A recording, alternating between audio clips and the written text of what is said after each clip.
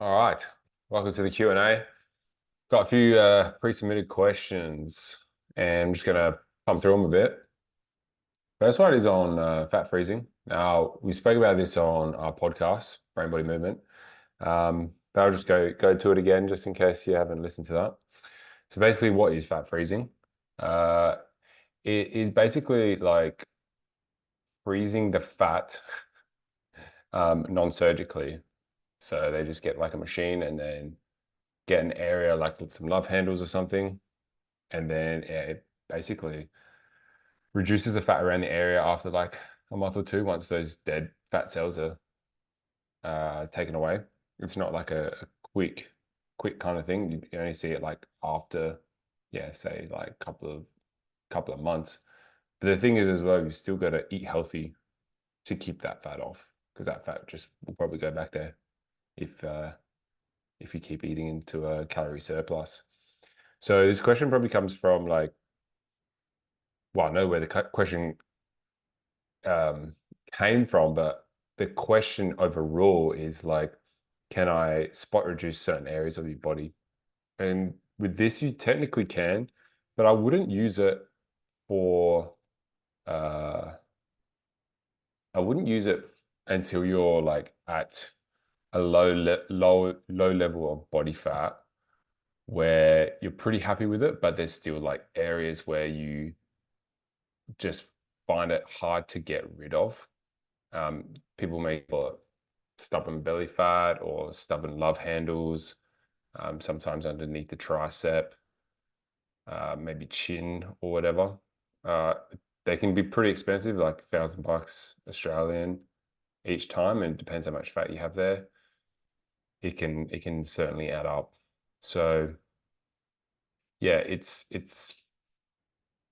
that's basically what it is. My thoughts on it is, if you have tried everything, like if you're like got maybe 40 kilos to lose and you're like, should I do fat freezing? I would say no.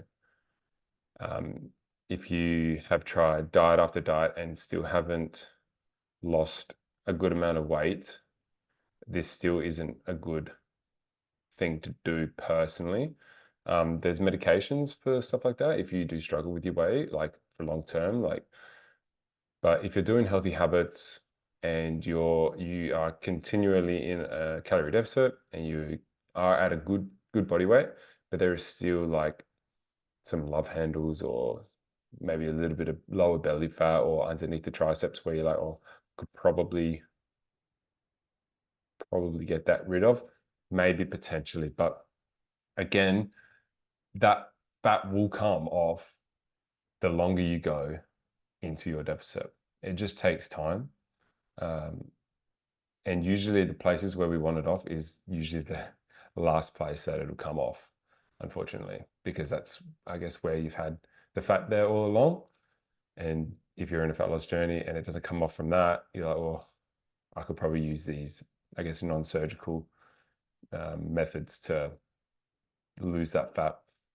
I personally have never prescribed it. I'm not a doctor, so I can't prescribe it for them. It's a lot of money for something that could potentially get lost if you consistently eat in a deficit over a long period of time, lift weights, eat well, get good sleep, weight train, all the good healthy habits that I talk about.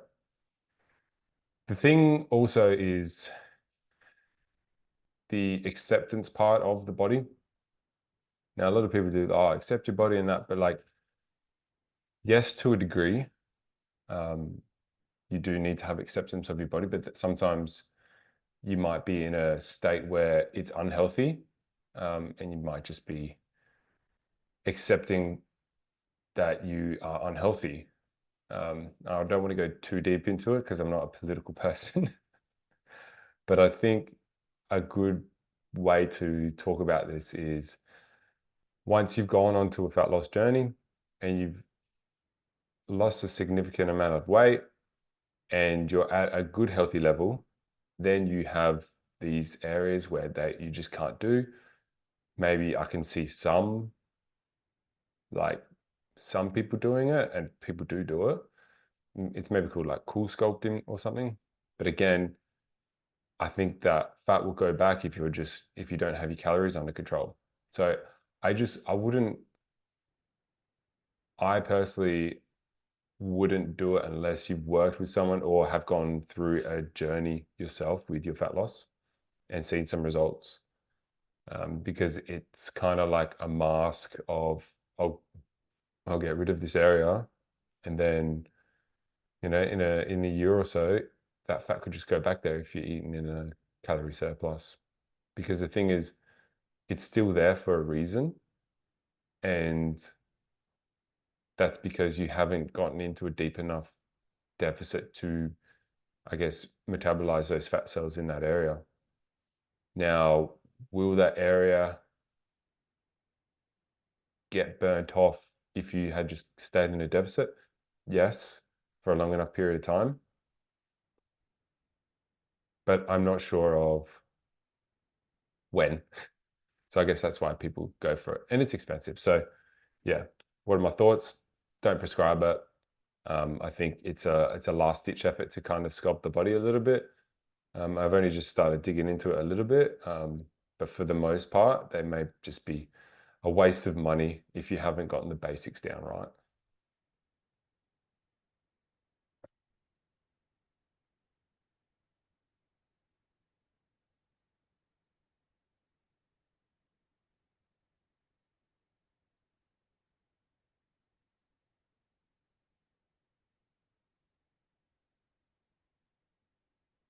All right.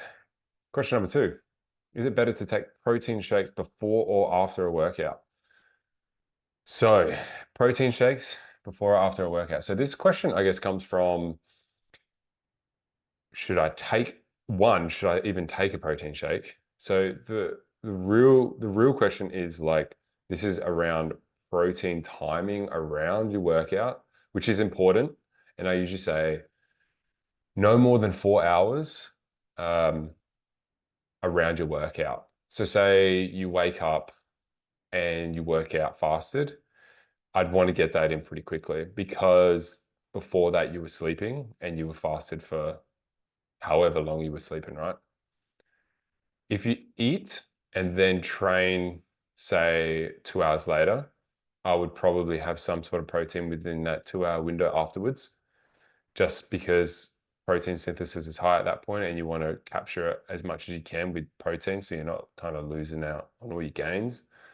Um, but does it have to be a protein shake? It doesn't. I usually just have it for convenience.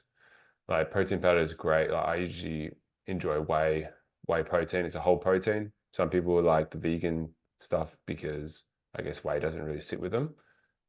Again, it does come down just to the total amount of protein in in your day more than the quality of the protein. And what I mean by quality, it's just you've got complete proteins, which is like 8 or 9 of the main amino acids, and usually whey and meat proteins have like the full gambit of amino acids, and some of the vegetarian and vegan ones don't. So that's why you see mixtures of maybe rice and peas and things like that in vegan ones just to complete the protein.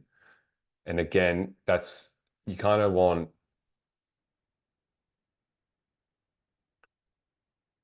you kind of want to have your protein a little bit higher if you are vegetarian, just because it is a little bit incomplete. And it's not too much higher, it's just maybe like 1.8 instead of like the 1.6. And it's same with creatine as well. They've shown a little bit more benefits to having a bit more creatine, say monohydrate, because you're not getting it from the meat sources itself. You can go into like, oh, it's so good to have creatine for vegans because it shows, better cognitive benefits and stuff. And it's like, well, yes and no. It's like, who knows how good those studies are. Um, it's more just like, just make sure you're having, a good amount of protein. And if you want to take creatine, then go for it. It's probably the world's most studied supplement out there that actually works. Monohydrate is totally fine. So go for that. But all in all, it doesn't matter taking it before or after your workout. Like if you wanted to take it an hour before because it's quick, great, go ahead. You could take it after if you want. They used to say there was like a anabolic window. When you're first starting out, the window is quite big. Like it can be upwards of like, I think when you first start, it could nearly be like a week or whatever. And then it kind of, the more you train, the more advanced you get, that window lowers. So that's why I say around that 4 hour mark, just because most people would be training a little bit, unless you're like watching this and you've never trained before and you wanting to, then you could probably get away with it, but you're going to have to eat anyway. And most people do eat within that 4 hour period for the most part, unless you're trying to do these fasts and stuff, which can potentially help in regards to knowing what real hunger feels like, but I wouldn't suggest it straight out the gates. But to answer your question, it doesn't really matter. It's not better or worse taking protein shake before or after a workout.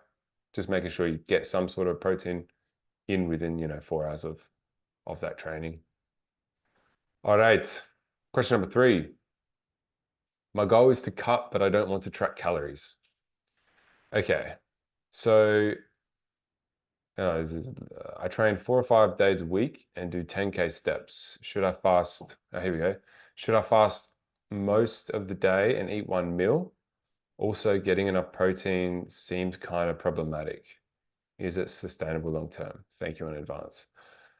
Okay, so 1 meal a day, which is, I think it's like OMAD, they call it. It's a type of, is it a type of fasting? Type of fasting or a type of time restricted eating? So in the research, you've got fasting and you've got time restricted eating. So fasting is, I think, something like 5 days you're eating normally, and then 2 days you're having like either nothing or very low calories. And then there's like 1 day eating, 1 day off. Then there's like fasting for a whole 24 hours. But what he's saying here is having 1 meal in, which is usually within like 4 hours, which is like, I think called the warrior fast, but that's technically time restricted eating, just like uh, the like 16-8, eat for 8 hours, fast for 16. That's technically time restricted eating. But anyways, what do you do when you're tracking and you don't want to track calories? So 1 meal is obviously going to, for the most part, is going to put you into a deficit. Knowing that you're training 4 to 5 times a week and 10K steps, your calorie output would be quite high. I would say 2,500 and above for the most part. And eating 1 meal, quite hard to get 2,500 calories in 1 meal. Now, if you were to have 1 meal and a few snacks and then high calorie drinks, even then it'd be quite hard. So the problems you might run into is muscle mass loss due to not having enough protein, like you've said here. It might be problematic. Technically it is, but if you do have a lot of weight to lose, it's not going to go into your protein stores, especially because you're training 4 to 5 times a week. So without knowing like how much you weigh and all that kind of things, but if say you had 40 kilos to lose, you could have 1 meal a day, weight train, because the biggest stimulus to build muscle is actually to lift weights. So it's good you're training, which is the main part. Like the protein is there to supplement it. Obviously, you need to build muscle with protein powder, like not protein powder, but like with protein. But I think training that long, training that many times a week and still being quite active, your calories are going to be quite high, and you are going to be in a steep deficit, depending on how much you are in. You will be burning a lot of fat and you will be burning lean body mass. That doesn't mean it's muscle mass though. You won't know. Well, I don't know because I don't know your numbers, because there is a certain amount of fat that you can utilize per day. Don't ask me the figure. Um, some people, I think it's like, oh, it's something like you divide your body weight. No, I'm not even going to go into it. I think it's like 10. No, I'm not even going to go into it because then I might be wrong. So I'm just not even going to bother. So I personally wouldn't fast for most of the day. I would get at least 2 meals in. So at least you're having um, two lots of protein sources, and you could probably get in, at least 100 to 150 grams in 2 meals, spread out, maybe even around your training. That's what I would do. I would go pre-workout, post-workout, uh, to probably maximize this. The 1 meal a day, I still feel is you're going to lose a lot of weight, but you're also probably going to lose a little bit of muscle. Again, I don't know 100% until I know how much weight you have to lose. So at the start, you could probably get away with it, but the leaner you get, the more you risk running into muscle mass losses. So yeah, I wouldn't do the one for that long. And I know it's become quite popular to do either 1 meal or a lot of fasting and stuff like that. And I do see some benefits with it. I do 24, 36 hour like fasts. And if you do it for a little bit, you are in and out of the diet a lot quicker, and then you have time to train and rebuild that muscle. So it's like if you've got the muscle and you do lose it, you can still build it back up. So yeah, not all is lost. So yeah, that's probably what I would do. And is it sustainable long term? Do you know many people that are eating 1 meal a day for a long period of time? Personally, I don't, just because there's just a lot of culture around food and eating food, and why not live life and enjoy food? Like instead of having just that one massive meal, you could spread it over like two or three, better for protein synthesis and better for, your overall life. All right. Best protein for a skinny guy trying to put on some mass. Okay. So what I said to him was the best protein source is one that you can enjoy and one that you can consistently stick with over a long period of time. So to build mass, you want to be at least around maintenance calories or 5 to 10% above those calories, because muscle mass is slow and it takes a lot of time to build after the newbie phase. So you've got the newbie phase, and the newbie phase is just like that first year where you can just like pack on like a lot of muscle depending on how good your genetics are and stuff. So yeah, I would probably eat around maintenance, or 5 to 10% above your calories. Proteins 1.6 to 2.2 grams per kilo, or just to make it easier, you could just go about your height in centimeters. I'm sure there's calculators online if you're in feet.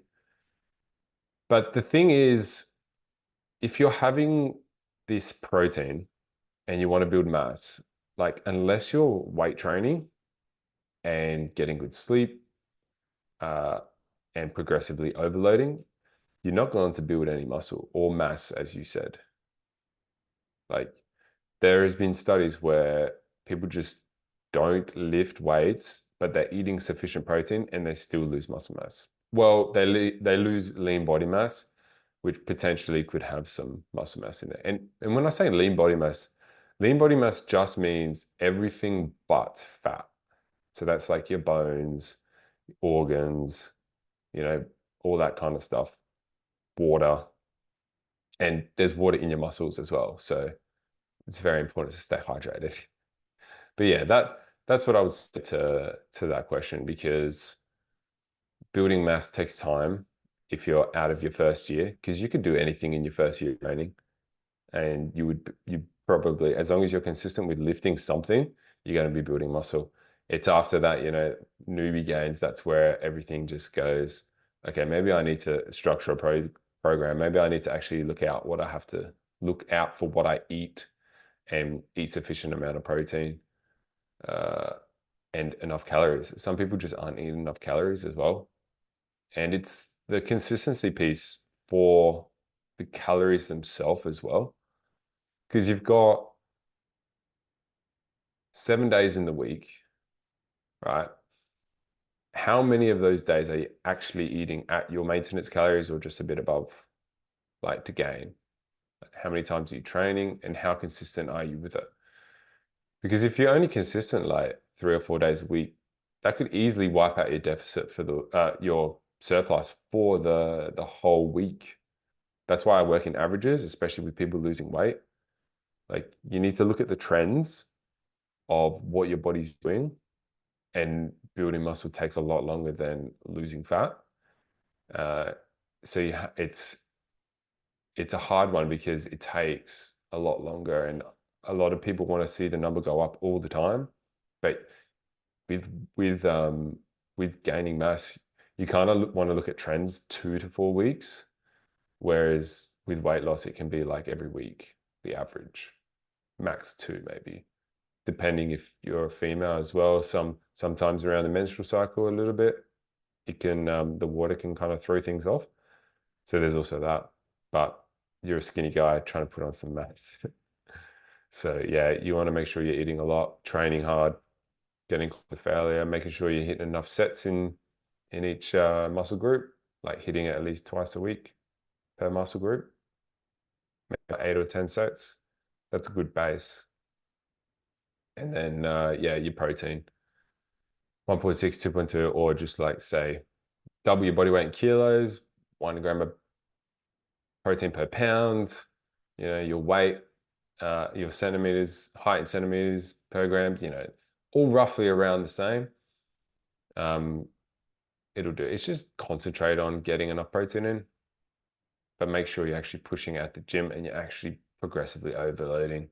And progressively overloading means each time you go into the gym, it doesn't always mean you have to lift more weights or more reps. It could be you got the same rep, but it didn't feel as hard. Like you perfected your form, you slowed down the rep, your RPEs, yeah, different, just rate of perceived exertion.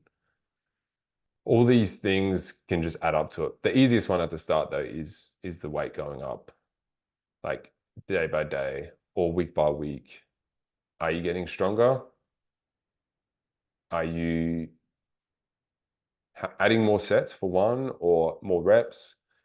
I like to go like, how many sets are you doing? And then are you, yeah, getting stronger with that? But again, muscle mass, a lot harder than weight loss. I definitely eat more when I'm sitting around, but less when I'm busy doing stuff. Yeah, exactly. So that is one of the best tips that I could give anyone is if you are on like a fat loss journey, make sure you're busy and doing things and don't let yourself get bored, because that's when hunger starts to creep in because, oh, what can I do? And one thing people like doing is eating. So find something to do. Um, it's such a, like even just going for a walk as well. Like you might be hungry, just have like some water or something and go for a walk. And that could be enough for the hunger to dissipate. Because what happens is you've got ghrelin, which is like the hunger hormone, and then you've got leptin, which is like your satiation hormone, which makes you feel full, right? Ghrelin comes and goes at pretty well the same time, roughly, if you're eating consistently. So if you've got a specific time that you eat, so say you're at work or you wake up, you have breakfast, your ghrelin it'll just release at that time. So more ghrelin in your system and you'll feel hungry. But like after that like hour or so, if you push past it, the it'll just dissipate. Like you don't get hungrier the longer you wait. Like there's this like, okay, this is let me explain this a little bit more. In in like countries like Australia and America, Canada, like UK, countries where it's a privilege to diet, this is what I'm talking about. Obviously, if you go for like less and less without food, obviously you're going to be hungry, and obviously it'll like be too much to handle. And it really sucks that people around the world can starve. So, but I just wanted to say, for us lucky folks out there that do get to complain about dieting, if you're complaining about dieting, just remember that people out there actually are starving. So, you know, anyways, again, I don't want to get too political, but it's a privilege to diet. So we're doing it, and it will dissipate. So you've got your leptin, which will satiate you, and your ghrelin. I just think of it like a gremlin, like that gremlin's coming along. You can name it if you want. I don't really name it, but yeah, ghrelin goes up after an hour or two, it'll go back down, so you'll be fine. And it's just getting past that point. And once you know what real hunger feels like, you won't overeat as much. Like most people think that of one little hint of hunger, they're like, oh, gotta eat something. It's like, well, you're dieting, you're gonna feel hunger. So just push through it. Do something that distracts you, like go for a walk, play with your puppy, I don't know, play a video game, learn something, read a book, whatever it is, talk to a friend, talk to your coach, whatever. Don't go on Instagram and look at food or recipes or something. I don't think a lot of people understand what hunger and boredom is. Definitely different. Like, or cravings even. Like a good litmus test would be, oh, I'm hungry, or I'm hungry, I really need to eat. And then they go for like a cookie, or they go eat something delicious. But if you're like, well, could I eat like a whole bunch of broccoli, or could I just have like a chicken breast? If you could, then you're definitely hungry. But if you couldn't, then you're just bored, and it's like an hour or two to your next meal. So just stick it out. And look, you may be hungry, but you've got a certain amount of calories that you burn throughout the day. And when you're on a diet, you're eating under it. You're going to be hungry. I know, depending on how many calories below as well, like some people's hunger goes through the roof if they are only on a small deficit, and others are good. Some people go large deficits and their hunger dissipates. It really depends on the person, and mentally there as well. Like sometimes you're just not mentally there ready to diet, or you've been trying to diet for so long and it's just not working because you're like, oh, I'm doing it Monday. And it's just like, it needs to be a good endeavor. Like you need to have a good time, or else you're not going to diet again. Or you always think that everyone's against you when you're dieting. Like, like I remember when back in the day when I used to diet, and I used to I used to be a plumber back in the day, before, health and fitness came into my life. And I would bring in my chicken, rice, or chicken, sweet potato, steak, sweet potato, whatever I would have. And they would go get chips and everything. I'm like, why are you eating that near me? And I would kind of be like, I'm dieting. And then they would like put it in front of my face and stuff. And they obviously didn't help me and stuff. But I thought everyone was against me because, oh, like they don't, what was it? It was more like they don't know how good like you can feel if you're eating healthy and all this shit. But it's like, who cares? Like you're the one putting yourself through it. Just get over it. Like don't feel like people owe you anything just because you're dieting, especially like people that aren't close to you. Fair enough, if it's like your close loved ones, you need to have a conversation with them. Like, look, I'm going on this dieting endeavor. I need your help. That's why having a coach is very important. It's like, I'm going on this dieting endeavor. I would really like it if you would help me.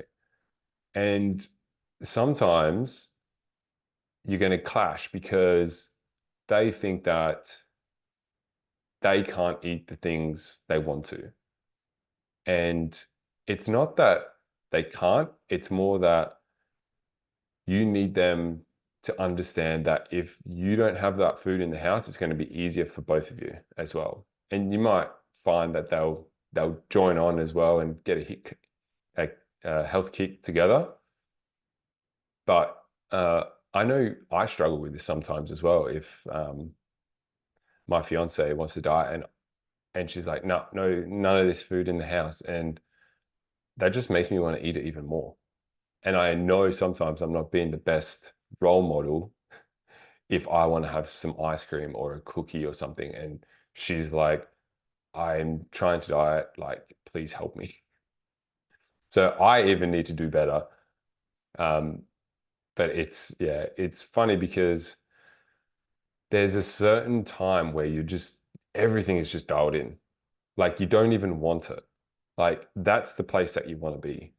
So it's kind of like setting yourself like even like a challenge to kickstart it, like a goal to reach. That's why a lot of my 6 week challenges help a lot of people. It's like I'm dialed in for 6 weeks. It's only 6 weeks. Let's get it pumped. And then you see your results. And then what you find is you start to let off the gas a little bit because now your goal has been it's finished and now you got nothing to strive towards. So I think having mini goals further out as well to continue along the journey would help a lot. And that's something that I'm going to probably implement moving forward is like the diet after the mini diet. Usually I say let's eat backup maintenance just so they can like eat to live and then go back into like a deficit. Because I think having something to strive towards or like an end date does help with motivation and oh, it's only this long. That I think can really help. 100%. I know I work better that way if I have something that I'm striving towards. So yeah, if you've got fat loss, if fat loss is your main goal, I think putting a date on something and can help. It can help.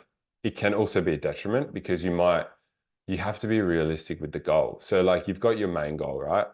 So say you want to lose 20 kilos.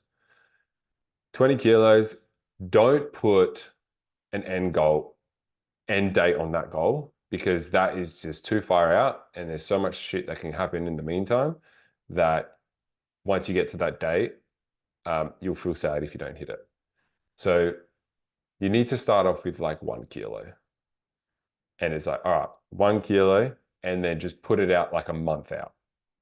And what you'll find is that month, it'll only sometimes it could be like a week or weeks, and it drops. And especially if you're first starting, you're going to get a lot of water weight loss anyway from eating better and not eating like shit. All that sodium that you're probably consuming from all the highly processed foods or the alcohol that you're drinking. And you just start to eat better once you start tracking your foods. And then you're like dropping like a kilo or two in like a couple of days. And then you're like, wow, okay, let's go next kilo. And then you put that out another month. But again, it's like maybe takes a week. And what you find is that is a lot easier than I need to lose 20 kilos by this date. If I don't, I'm going to feel sad. And when you put a specific date with a specific number, if you're not tracking well, what seems to happen is people start to do weird things and things that are not really sustainable and could be potentially harmful, like fasting for a week, just going on a liquid diet, things that aren't going to be beneficial for long-term success. Now, I understand that losing fat, losing weight is not sustainable long term, or else you would just fizzle out. Like, obviously, there's going to be some unsustainable things that you have to do to reach that point. but you want it to be a good endeavor and you want it to be things that can help you. Like not fasting for 7 days, like things like eating well, eating high protein. These are the things that are going to help you, like lifting weights, getting good sleep, drinking enough water, tracking your calories, or at least um, eating whole foods, at least 80% of the time. Like you could even set mini challenges within that, like a week only whole foods. And one thing that I love um, that I heard from Martin McDonald was you have the unconditional permission to eat anything you want, just not everything. And I absolutely love that quote from him. And that just teaches you that, like, if you're on a fat loss journey, you can have whatever food you want, but you know that certain foods are going to make you feel like shit. So that's why you always opt for the better things for the most part. And if you really want it, you have it there. I think a lot of dieting culture is you have to do this, you have to eat this way. If you don't, you're off the plan, and then you don't succeed, and then you're done, and then you maybe overeat and you say diets don't work. When really it's you are going on a certain track and you're just on the wrong track. I think Martin calls it like you're on the wrong wagon, or you're on the wrong wagon or something. I'm just like, well, I like to say you've got a track. There's a train track, right? That is going to a specific destination that you want to go to. Now, there's a few tracks that may lead other ways, but if you are going the wrong way for a long period of time,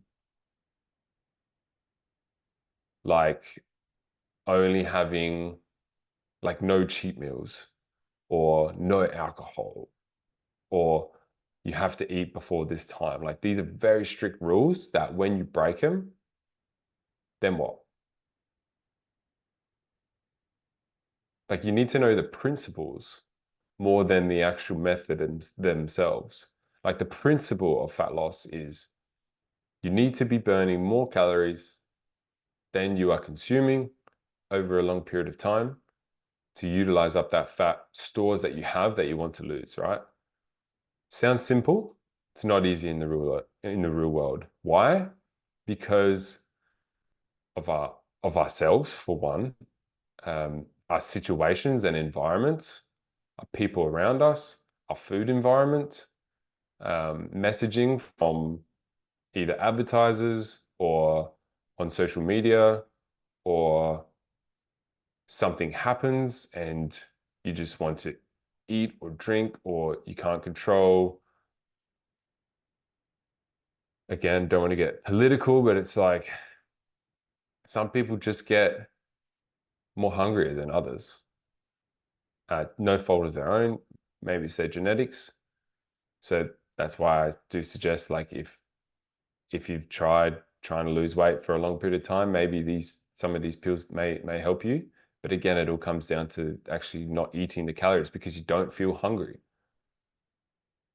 Like that's what these things are doing. They're not wanting you to have food.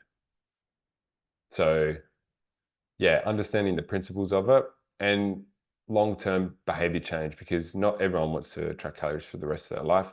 But not always, but I do like to suggest to have them track their calories because it gives them a good indication of what actually food is and what's in food. I think not many people know what's actually in food, like what's a protein source or what's a carbohydrate source or fat source. You'd be surprised. And no, broccoli is not a protein source. Whoa, I know, crazy. Um, Relationship with food and feel bad about eating junk food. Yeah, yeah, that's a big one. I think that's why I love telling people they have the unconditional permission to eat anything they want. It's not everything.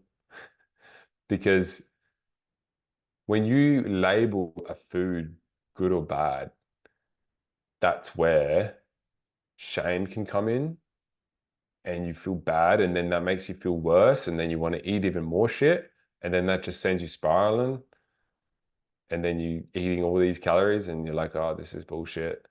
It's because I think the level of restriction is dictated by how restricted you feel. And if you feel like you're restricted in the diet, it's only a matter of time until that diet does not serve you. Like it's not that diets are bad per se. I think it's you got to find which diet works best for you. And some people like going like carb, some people like going vegan or carnivore or keto, low fat, paleo, whatever they all are. There's all these types of diets, but again, if they work, it all comes down to energy balance. Some people feel better on them. Like if you do keto and you have epilepsy, that would be probably a good one. Again, you can also take a tablet and then eat delicious carbs. So again, it's up to you. I'm not a dietitian, um, but I've done, course in nutrition through PN, Precision Nutrition. And I do want to do the course for Martin McDonald's one when he brings it out. Because I want to educate myself longer and I want to I work with people to lose weight, gain muscle, be confident. And I'm constantly learning and trying to find ways to better myself. And I think if you have the mindset of trying to grow and trying to learn, like if you're watching this video right now, you want to learn and you want to learn maybe the best way or I don't have the best way. The best way is you finding out for yourself, for you, and trialing things. But you got to be specific with who you actually listen to. You don't want to be listening to people that speak in absolutes, or say people are like, this is the only way. Like that's a big red flag. Like I try and be as evidence-based as possible. And evidence-based doesn't just mean I look at a study and then this is it. Evidence-based is this is what the studies say. Do you want to try it? If yes, then let's try it and see what works best for you. It might not work. And that's dealing with like the actual individual themselves. So you got to be your own scientist or get a coach to help you. It is a hard one, like with mindset and stuff around food, because we have to have it. That's the thing. Like we need it to survive. So all I'd say is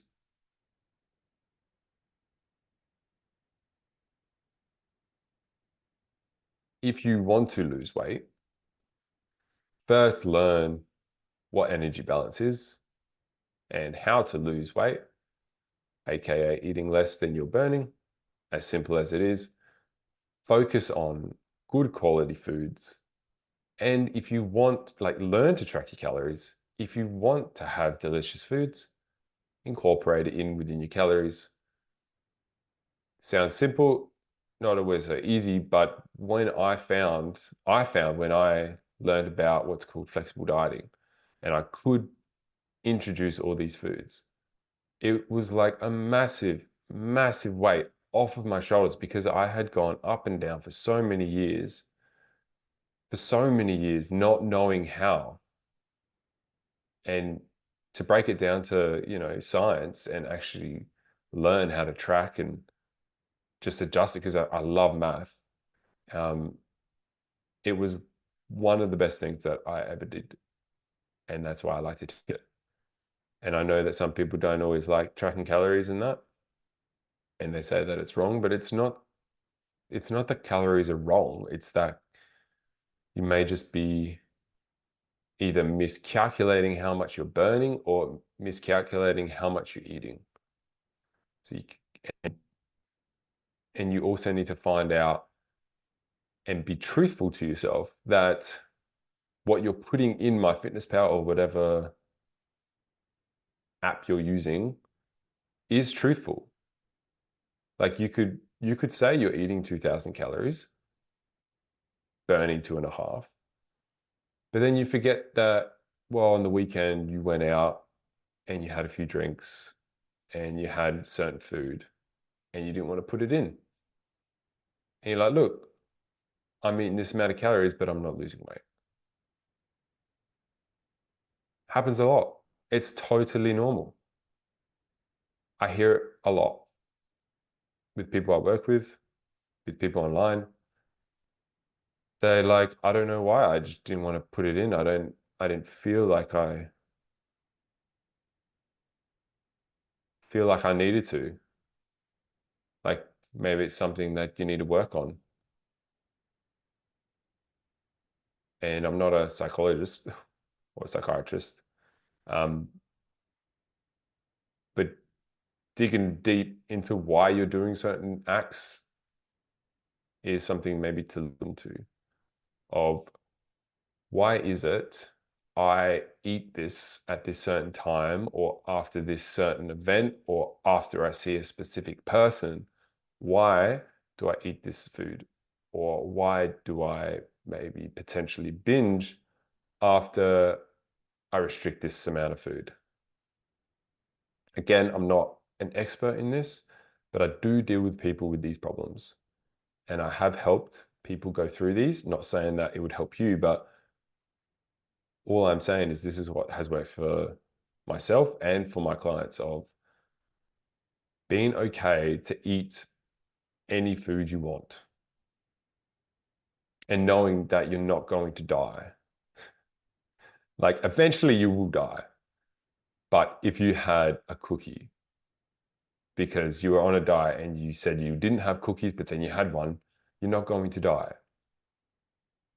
Stop beating yourself up and stop putting such strict rules around food.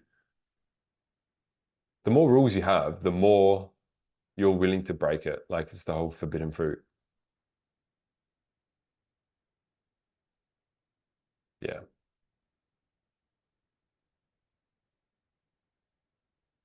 All right. I've been waffling about for too long. I hope you have a great day. If you want to subscribe, subscribe. If not, all good. Um, I do these each week. If you enjoyed them, let me know and take care.